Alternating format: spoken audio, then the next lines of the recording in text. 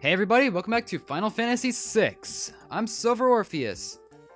Last time, we covered Strago's side quest here in Thamasa, where we defeated Haydn and learned what is quite possibly the most powerful lore for Strago. Grand Train. Pierce's defenses. This is basically his version of Ultima. Just thought I'd go on over that for a bit because we didn't exactly do that last time, but this time around, I think we're ready. We're gonna take the fight to Kefka himself. All right, let's do it. After checking our equipment, I think we're ready to go. Alrighty. Before we do, I'm going to remove everybody's equipment. All members. Yeah, we got nothing. So, what exactly am I going to be doing here? What exactly is going on? Well, you'll find out in a moment. So, let's head out. We got nowhere to go but to the center continent, because this is where Kefka resides. Right here. Let's enter. Right, we're going in.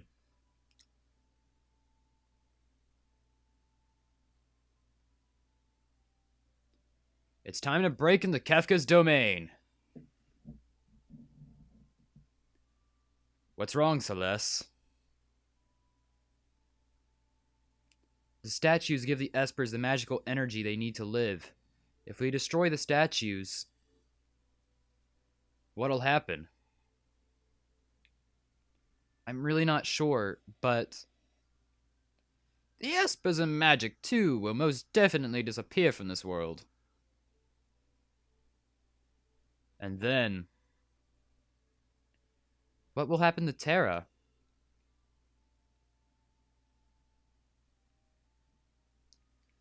Alright. This is exactly like the Phoenix Cave. If you remember from back then, we had to separate the party into 2 different parties, with 8 party members going in. This time around, we're doing things a little bit differently. We can construct 3 whole parties. Yes, we can have parties of 12. This is ridiculous. We're bringing 12 of the 14 playable party members into the final area in the game. So, who exactly am I going to choose? That is actually really good. Let's go ahead and start things off first. Terra, for sure. Everybody has a reason for fighting against Kefka in the end. Terra's reason is that, again, she's an Esper. In addition to that, Terra already found that she has something to live for in the world. Those kids in Mobley's. Second up, Celeste. Belief in her friends. Realm. Her family. We have our 3 party captains. I'm doing this exactly as I did with the Phoenix Cave, where the 3 primary magic dealers are the main party members. So, let's start getting into everybody else. Starting with party number 2. Locke. Locke had to put his past behind him. His whole incident with Rachel, forgetting her memory, and overall, just putting the past behind him and just having to move on. That is Locke's story. Setzer. Daryl's tomb proved a lot of things about his character. The first of which is that while he might appear to be a hardened gambler on the outside, on the inside, Cesar's just a naturally cool guy with a taste for luxury. And that led us to getting the Falcon. All courtesy to him. The last person on Team 2. Cyan had a similar case for Locke, where he had to overcome his past, most definitely the deaths of Elaine and Owain, his wife and child. That, generally, the big theme with these four are the loss of somebody very in particular. For Celeste, it was Sid. For Locke, it's Rachel. For Setzer, Daryl. And for Cyan, Elaine and Owain, his family. Moving on into Party 2, I feel like it's natural that Strago goes with his granddaughter. Strago and Realm, despite the fact that they haven't lost anything, they're in it together. And Strago, when we saw him at the Cultist Tower, pretty much lost all hope in joining the cult until Realm appeared before him. Knowing that she was all right, he joined back into the party. I think knowing that she's fine gives him enough reason to go and tell Kefka his answer. Shadow, the secret father of Realm. These three have a really interesting connection. Shadow's past is probably the darkest one out of all. Shadow left his friend for dead. Went on a secret alias. And here he is now, about to save the world with his daughter and father-in-law, I guess. It's never really clear if Realm's mother is still alive or if she died at some point in the past, which is probably how she ended up with Strago. Who knows? And finally, the last person on Team 4 is Gao. This party, in particular, also has a big theme to it. Family. Keep them close. And while Gao is not family with any of these three in particular, Gao's quest primarily involved family of some kind. He found his father safe and sound despite the world being ruined. And that instilled hope into him. And moving on and telling Kefka his answer. And finally, we have Party 1, and this is probably the one. This is the only one of the three parties that's not gonna have a theme associated towards it. And instead, I'm just gonna put whatever party members I freaking want in here. We're down to 5, so who are we putting in first? Well, Mog. Moogle's Charm, man. It doesn't get any better than that. The Moogle's Charm has been a great help since we got it back in Narsh. It definitely helped us get through a lot of areas swiftly, especially areas like the Ancient Castle. In addition to that, the Moogle's Charm will be coming in handy one final time. Despite the fact that this place is structured like the Phoenix Cave and we're going to be running in the random encounters, I think it's wise to have it used for at least a third of the journey going forward. Edgar.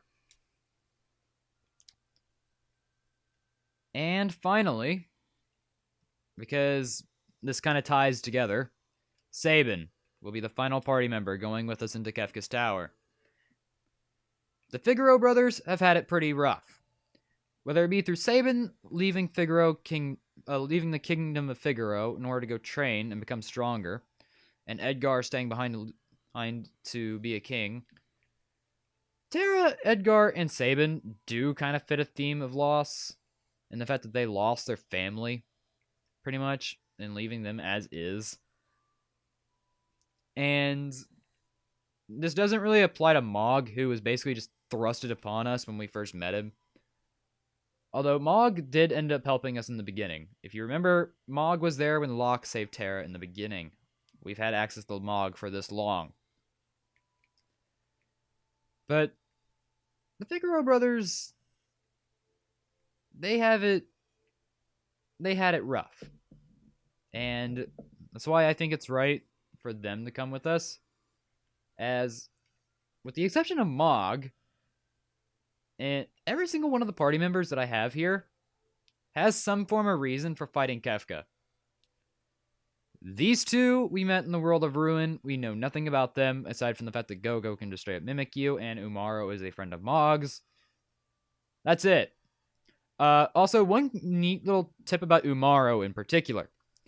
In Narsh, on your first visit there at the beginning of the game, you can actually see him through the hole that you exit out of in the Yeti Cave. That's really neat. But that's really about it. We're not going in with Gogo. We've only used him once, and I can't recall ever using Umaro. So, yeah. The two party members who can only do one thing are sitting this battle out.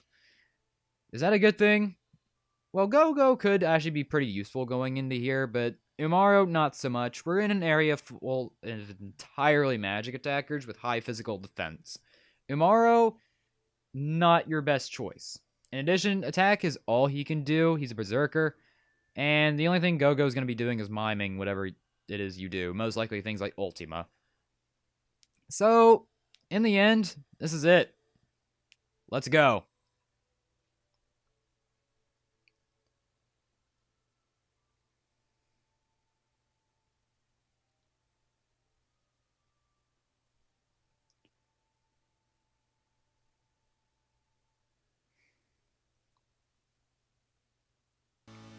The statues are up ahead.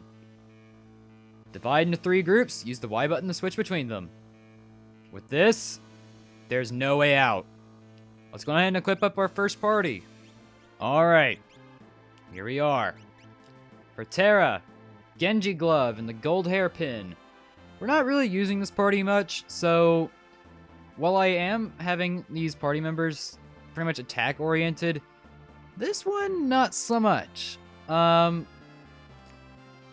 Yeah, I didn't even equip the gem box on Terra, which was really useful last time, as it murdered Haydn. Sabin, Genji Glove, and Atlas Armlet. Sabin's mostly going in here on the physical front, however, that's not saving him from using some magic, because, oddly enough, Sabin is a magical beast when it comes down to, well, big for his class. Edgar has the running shoes and sprint shoes. Haste is really the only thing I really want on him, so why not let's just give him the sprint shoes to give us a move on. And finally, Mog has the Moogle Charm and the Dragoon Boots. Same as pretty much usual. So, moving on. Kefka's Tower, which is this area, is devised into, well, 3 groups. The Coronet. The Coronet raises the success rate of control. If you remember the fake mustache that we got back in, well, the Zone Eater's belly, that grants you control. And this raises the success rate of it. So, if you want it, it's here. If not, don't even bother. Me personally, I'm not using it. So, continuing onwards, we have this little room in here. So, if this architecture looks any kind of familiar to you, you would know, yeah, outside, this is the floating continent. Yeah, this entire area, floating continent. And in here is the Magitech research facility. This is where Vector ended up. Inside we get the fixed dice, which is really, really fun. I'll be getting into it later, but keep that in mind. The fixed dice, awesome. And going forward, we have this little area in here. And we have an area over there that we can't get to. So, it's time to switch to another team. Celeste's team. This is where things are going to get a little cryptic. Since I forgot to go back into it last time, I may as well go ahead and show off Espers. Terra, I equip Fenrir to get MP plus 30% from level up bonus. On Sabin, I gave him Mataween. Awkward, no? Magic power plus 1. I think this is really going to help out Sabin in the long run. Because any form of magic, things like Air Blade and Fire Dance, Sabin can do that on... Sabin, that runs off of his magic stat. So, best to have something like Mataween on him. For Edgar, I gave him Golem. Stamina plus 2, keeping him alive. And for Mog, Siren. HP plus 10%. Pretty much at this point in the game, I'm mostly relying on level up bonuses instead of just teaching magic, because any form of magic that we really need, I already have. So, with that, let's go ahead and switch on over to the other team and see what I decide to give them. Celeste has Tri-Touch. Magic plus 2. That's huge. Setzer has Torado. HP plus 30%. The longer Setzer can stay alive, the better, because Setzer, despite being what he is actually going to be one of my star players going into this thing. Yeah, you wouldn't believe it, but it actually is. And we'll be getting into that when we go to his equipment.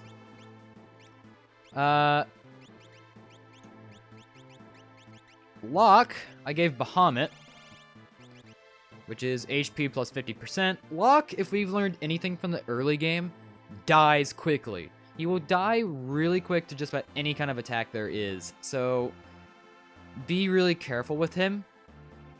In addition, oh well, he already has Flare, but yeah. And finally, Cyan, Raiden. 67% complete with a spell. That's actually really nice. Strength plus 2 on level up bonus. That's great. We want that. So, with that, I think we're about ready to go. Since we don't have the Moogle Charm, encounters are going to be freaking heavy here. So, let's move on. And we already got one. Great Behemoths are interesting. Whatever you do, make sure you use Stop on them. If I can find the spell. Stop. There we go. Also, why the frick are you so freaking low? Okay. Get rid of him. Also, you're... okay. That's... we're off to a great start. Are we out of... what the hell has happened? Oh my god. This is a train wreck in the making, isn't it? Just kill the Marble. Just kill the freaking Oscar. Ultima is going off. I actually forgot it to go into... oh, that's fun.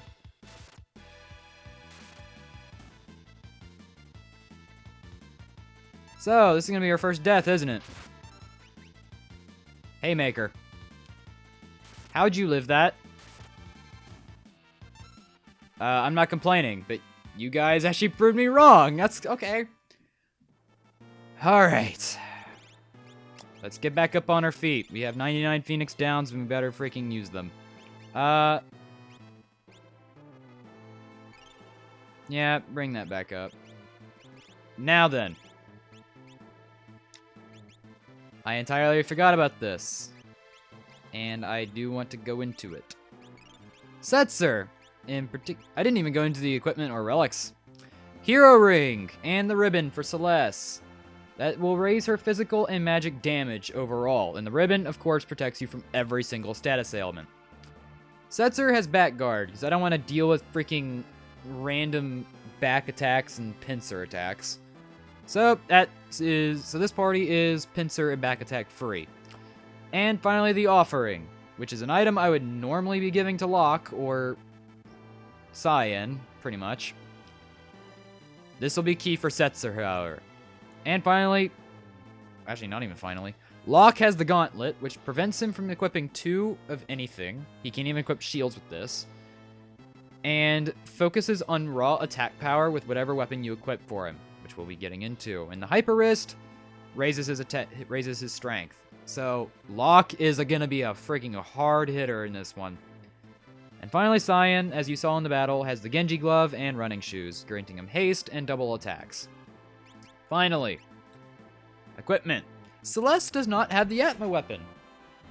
Yeah, I decided to give it to somebody else. Soul Saber and Thunder Shield, I decided to give to Celeste, and the Circlet, which we purchased back in Thamasa, alongside the Minerva. So, we have tons of defense and elemental protection. Now... Actually, what am I freaking doing giving you a Thunder Shield? You don't even... Is there really anything I can... I have 4 shields. That works. Yeah, Thunder Shield. If you have a Minerva, don't even bother. Yeah, we're good.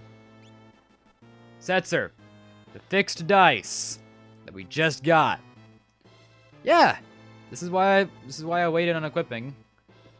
Fixed dice is gonna be really good for Setzer because we're gonna find out. I also gave him the Imp's armor. This is gonna be fun. Thunder Shield and the Bard's hat for equipment. Locke has been given the Atma weapon. Red cap and force armor, protecting him from magic. So, yeah, that's who I gave the Atma weapon to, Locke. But let's go into the fun part. Actually, we haven't even gone over Cyan yet. Strato, Aura, Circlet, Genji armor. Mostly attack-oriented, but got some good defense, too. Now then, as I was alluding to, there's a lovely spell that I would love to use right now. Imp. I'm using it on Setzer. Let's get into it. Some actual fun stuff in this place. Oh, this will be fun. So, in this place, we have actually the same enemy as before. With a preemptive, no less. Let's get rid of this guy first. Yeah. So, a Setzer now is an Imp. We're gonna throw in dice. With the offering, it's random. Congrats. Yeah. Just gonna murder the hell out of everything here. Die. That's also pathetic. So you know what? We'll just use Quadra-Slam. Die. Die. Die. Die. Also, really glad you didn't decide to kill him first. Yeah, Meteor. You have that. Never this is gonna be bad. That hits everybody. Just do your stuff. Setzer, hit him. Preferably kill. Chop. Nothing? Come on. Die, please. Of course you used that. Sourmouth. Well, this party's more or less dead. Or, you know, we get inflicted with Imp. That's cool. That and sleep.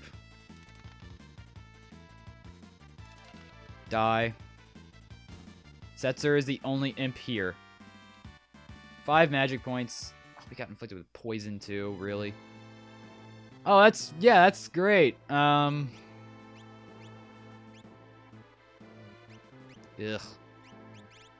Remedy. Of course, the only thing that saved you was... Ugh. How typical.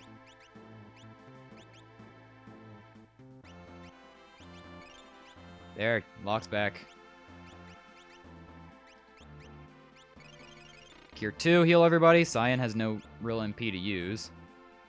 Up here, I believe there's a hidden item. Or is there? Oh, come on. It's the same encounter every single time. That was absolutely pathetic. I got 3 1s on a dice roll. At least we're getting level ups. That's cool. Let's just move on. Preferably without any encounters.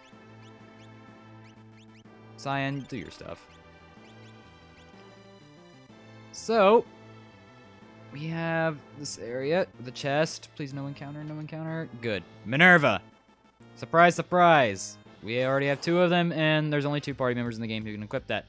Brontor, our interesting enemies, to say the least. Don't really have to worry about them, though, because we have a way around them. Namely, our living imp. So, we're just gonna blow him the hell up. Either that or just hit him with the dice rolls as if we're playing D&D. So, this is really cool. You have Life Shaver. Cool. Real neat. Ice 3, die. These guys are not special at all. In fact, I'd actually prefer if you died, thank you. Setzer is just getting all kinds of beat up. Locke gained a level from that. That's cool. So I think enemies know that that Setzer is just such a dangerous threat to society. He just has to die. Alright. In here, maybe? I should not be fooling around with exploration. More Brontours. Sweet, level ups all around. Unfortunately, though, we have more HP to go around. Wait, Setzer max HP? Jeez, that's pathetic. Tack Star. We've already seen plenty of those. Hey, look at that. Setzer learned Bolt 2 off of the freaking Thunder Shield. We're not learning Tier 2 magic anymore. That's kind of pathetic for these kinds of levels. We came from up there. What am I doing? Ah! Alright, moving on downwards. In here,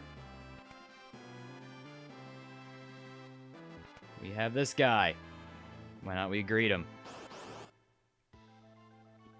We have Atma. Just Atma. Forgotten in the river of time. I've had an eternity too. Ponder the meaning of things. And now I have an answer.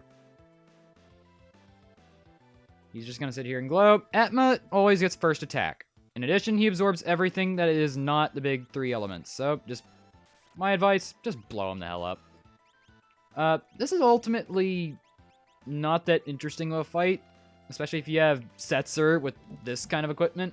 Like, look at this. This is just insane. We're hitting him for all kinds of damage, and Setzer is taking somewhat minuscule in response. You also have Fire 3. That's a little bad. And you can have an Ultima.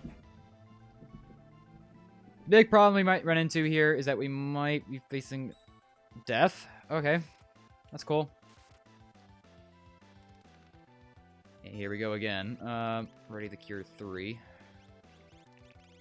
Wait, do we not even... Of course we don't have enough. Alright. Osmos. Give me my MP. We burnt it all in Ultima, now we need to... Uh-oh. Ow. Okay. Lock. Heal. Now. And attack. More damage! 900, come on.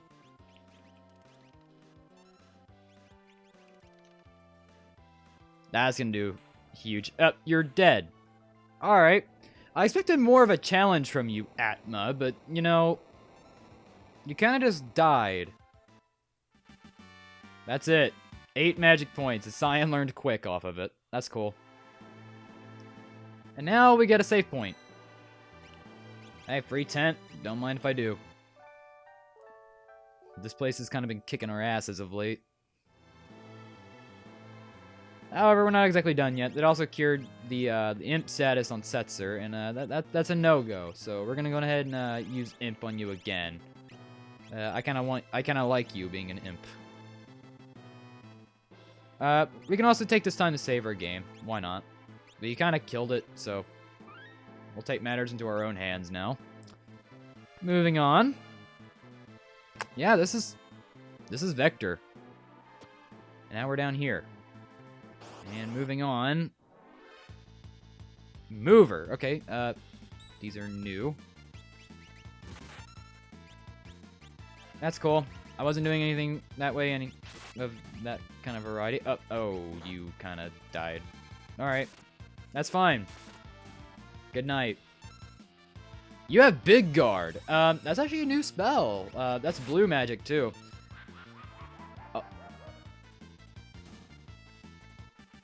That was by far the luckiest battle I think I've ever had to deal with. Alright. That happened. Soul Saber. That's cool. Moving up ahead in this room. Got these 2 pipes. Which, this one I don't think takes us anywhere. This one I believe does. So, yep, we're on this side now. And provided we can get out of these encounters. Ooh, Vectoirs. Single amounts of them, no less. Murder. And die. There are actually 4 of these, by the way. Keep that in mind.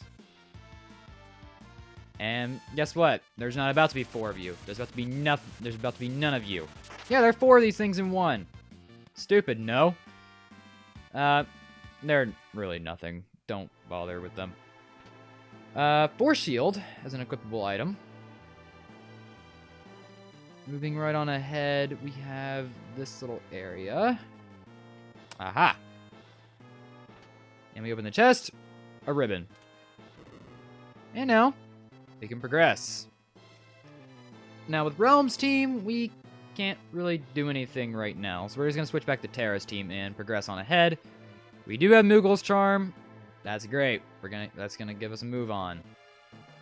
Also, this is the more explorative team. Don't really need to worry about much. In here, there's nothing. What can we do in this area?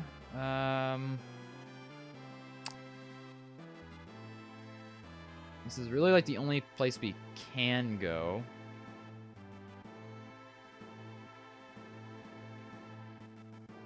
Actually, I'm curious. I'm gonna come back up over this way. And move this team off the switch. No, that does nothing for us. So... Alright, I guess we're switching back to Celeste's team. Back up... Duller and Fortis are new enemies, and they are weak to lightning. As all machines should, really. Just die. Provided Setzer doesn't kill you first. So... I like this. I like this new imp Setzer. The little imp playing D&D killed 2 robots. Oh my god. That's great. I'm loving every single bit of this. Up ahead, we have this little room. Aha! This thing. So right here.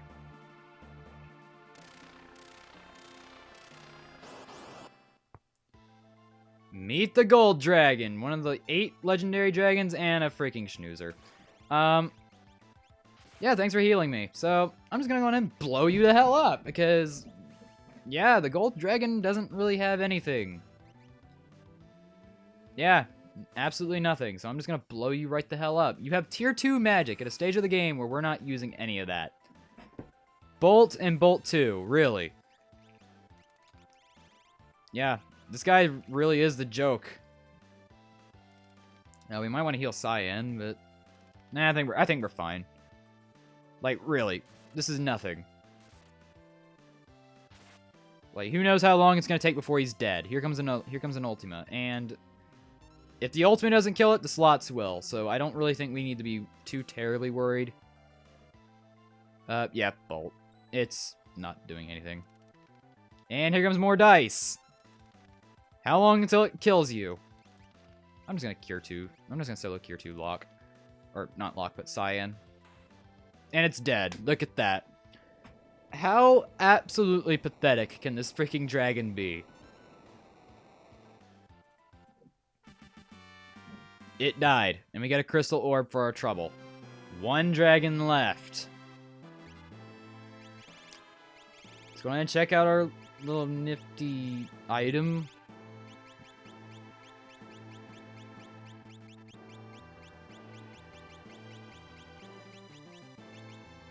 crystal orb raises MP by half.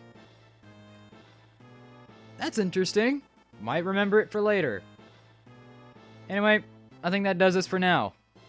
Next time on Final Fantasy VI, we're continuing on further into Kefka's tower. See you guys then.